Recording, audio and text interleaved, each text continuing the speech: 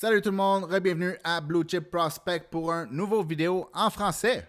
Ça fait longtemps, je sais, j'ai pas fait ni de podcast ni de vidéo en français depuis un bon petit bout, mais aujourd'hui, c'est le jour J.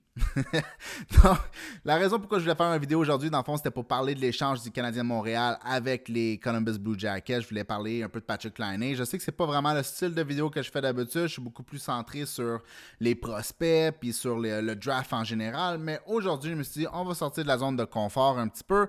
Puis on va parler de l'échange où le Canadien de Montréal est allé chercher un certain Patrik Laine. Donc, pour ceux qui n'ont pas entendu l'échange encore, les Canadiens de Montréal ont échangé Jordan Harris pour Patrik Laine et un choix de deuxième ronde en 2026, étant le choix appartenant aux Blue Jackets de Columbus. Donc, ça devrait être un choix quand même relativement élevé. Du moins, c'est ce que je pense. Évidemment, en échangeant Jordan Harris, on sait tout un peu qu'est-ce qu'on perd. On perd un défenseur de troisième paire. Jordan Harris, c'est pas un joueur qui a vraiment le potentiel d'être un top 4 dans la Ligue nationale. Mais c'est pas un mauvais joueur pour autant. C'est une très bonne personne, une personne très intelligente. Mais en termes de joueur de hockey, c'est un joueur qui est quand même un peu vanné. C'est un joueur qui patine bien, qui bouge bien la rondelle, qui n'a pas nécessairement un bon tir, mais qui est capable de placer la rondelle sur le filet. Il défend bien, mais c'est un joueur de 5 pieds 11. Dans le fond, son hockey est quand même relativement limité. Comme je disais, c'est un joueur de troisième paire sans plus. Le type de joueur qui en a plusieurs dans la Ligue nationale. Donc, pour le Canadien, qui est quand même très bien nanti du côté gauche de la défense, c'est pas vraiment une grosse perte. Je veux pas être méchant envers Jordan Harris. C'est pas que Jordan Harris est un mauvais joueur. C'est juste que pour le Canadien, c'est pas nécessairement une grosse perte en tant que telle. On a gardé Jayden Struble qui peut, dans le fond, remplacer Jordan Harris. Okay? Mais de l'autre côté, on reçoit un choix de deuxième ronde qui est déjà quand même très bon, mais on reçoit aussi Patrik Laine. Fait que Patrik Laine étant la pièce maîtresse de cet échange, c'est aussi un joueur qui vient un peu avec un risque. Parce que Patrik Laine, c'est un joueur qui vient quand même avec un contrat de 2 ans à 8,7 millions de dollars par année, qui est quand même pas rien. On avait l'espace cette année, donc c'est pas vraiment un problème. Mais en plus, l'année prochaine, on va être capable de libérer de l'espace parce qu'on va avoir Christian Dvorak puis on va avoir Joel Armia qui vont sortir dans le fond des livres du Canadien. Fait qu'on va libérer 7,85 millions de dollars par année, ce qui dans le fond représente à peu près 90% du salaire de Patrik Laine. Donc, overall, on avait l'espace cette année. Puis l'espace va se libérer naturellement l'année prochaine avec, dans le fond, la sortie de Dvorak et de Joel Armia de l'équipe. Et une chose que j'aime beaucoup de l'échange, même si ça représente un peu un risque, c'est le fait que le Canadien fait un peu d'une pierre deux coups. Dans le fond, on rajoute du gabarit dans le top 6 de l'équipe. Parce que malgré que Patrik Laine n'est pas un joueur qui est très physique ou un joueur qui démolit son adversaire, ça reste quand même un joueur de 6 pieds 5, 215 livres, quelque chose dans ces environs-là. Donc, même s'il n'est pas physique, ça reste un joueur qui est dur à déplacer. Un joueur de 6 pieds 5, 215 livres, s'il se met en avant du filet ou s'il se met dans le milieu de la glace pour prendre un tir ou s'il s'amène avec le rondelle, c'est pas quelque chose qui est facile à arrêter. Donc, un joueur qui soit physique ou qui soit pas physique, s'il est gros, il est gros. Il est pesant, il est pesant. Donc, c'est pas facile à déplacer, c'est pas facile à arrêter, c'est pas facile à bloquer quand il décide de couper vers le filet ou de se placer pour prendre un tir. Donc, il y a toujours cet avantage-là. Le deuxième côté de la médaille, c'est aussi le fait que, dans le fond, on avait besoin d'un deuxième tireur. Parce qu'on sait très bien que sur le power play, si c'est pas Cole Caufield qui va prendre le tir, ça va être Nick Suzuki qui va prendre le tir. Mais Nick Suzuki est aussi le playmaker sur notre power play. Donc là, on se ramasse avec deux bons tireurs. Fait que c'est non seulement pour le power play, mais aussi sur chaque ligne du top 6. On se ramasse dans le fond avec un tireur par, dans le fond, fabricant de jeu.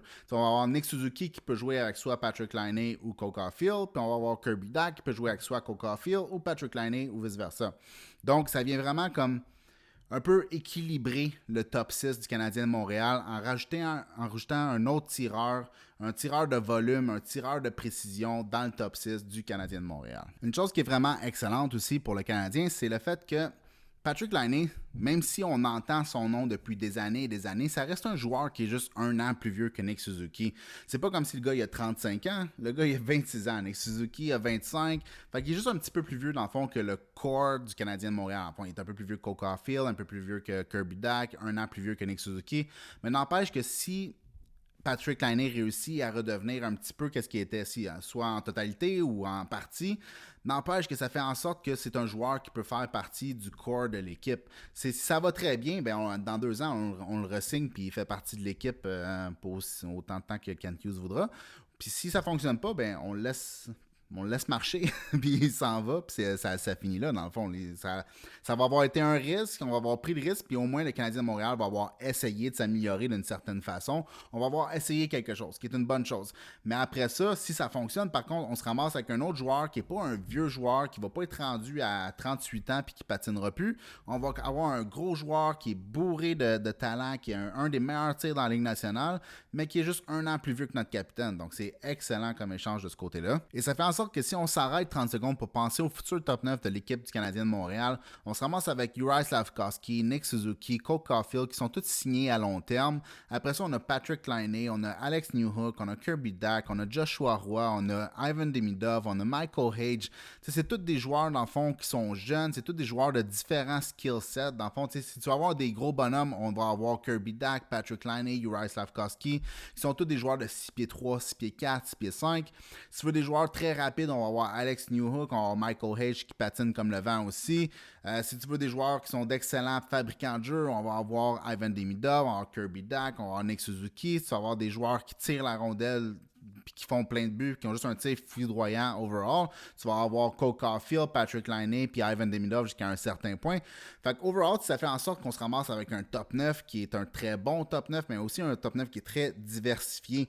T'as pas 8 fois la même sorte de joueurs, t'as plein de sortes de joueurs différents. T'as des gros, t'as des petits rapides, t'as des playmakers, t'as des shooters, t'as de tout. Fait que tu te ramasses avec une équipe qui est très diversifiée, qui peut jouer dans toutes les situations, qui est capable de jouer n'importe quel game contre n'importe quelle équipe. Donc tout ça pour dire que je pense que du côté de l'organisation du Canadien de Montréal, c'est un excellent pari parce que Patrick Laine, dans le cas où il ne réussit pas à redevenir le joueur qu'il était, ben, dans 2 ans, il s'en va, puis on récupère 8,7 millions sur la masse salariale, puis c'est réglé, c'est terminé, l'expérience Laine est finie. Dans le cas que ça fonctionne, on se ramasse avec un des meilleurs tireurs de la Ligue nationale, qui a 26 ans, qui peut s'intégrer dans notre top 6 ou notre top 9, qui peut faire partie du corps de l'équipe, dans le fond.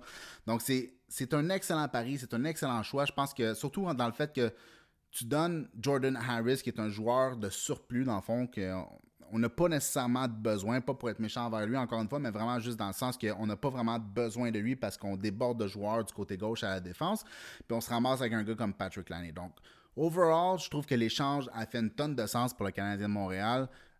C'est plate pour Columbus. De leur côté, dans le fond, c'est juste Patrick Laine voulait s'en aller. Puis évidemment, eux autres ne voulaient pas d'un joueur qui ne veut pas jouer pour eux autres. Donc, ils ont fait un cadeau, puis ils l'ont changé. Mais ça fait en sorte que le Canadien de Montréal se ramasse avec un excellent pari. Et de mon côté, c'est A+ comme échange. Je pense que c'est numéro 1. Puis c'est ça. Fait que j'espère que vous avez apprécié la petite analyse rapide. Comme d'habitude, j'espère que vous avez aimé la vidéo. On se revoit dans la prochaine. Peace.